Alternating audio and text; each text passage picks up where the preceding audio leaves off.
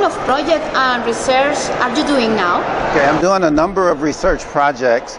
One of them is I'm working on a new book because I do work in the area of multicultural education and training teachers how to engage in the teaching to many, many diverse groups using technology.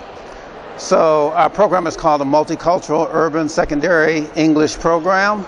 And right now I'm working on a concept that everybody's culture is certainly their general group culture, but technology now allows us to think about individual, what I'm calling microcultures.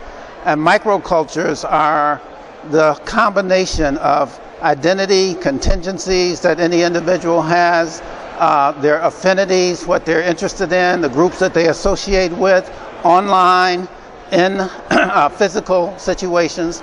And as a consequence, I'm making the argument that our general notion of different cultures has to be transformed. It has to accommodate and compensate for the ways that individuals are now able to identify much more pervasively with their own interests than ever before. What kind of people is engaged now in your research? What I've attempted to do is, in the United States, it tries to minimize the differences between people.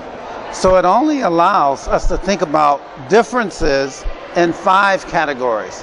There are African Americans, there are Latina Americans, there are Native Americans, there are Asian Americans, and there are European Americans.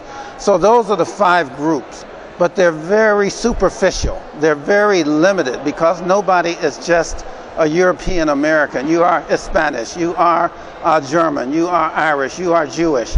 No one is just an Asian American. You are Japanese, you're Korean, you're Vietnamese, you're Hmong.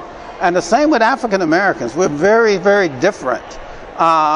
So what I'm trying to do is look at 5 informants, 5 people that I'm interviewing in each one of those 5 categories. 2 women, 2 men, and 1 person who is LGBT, in other words, gay or lesbian.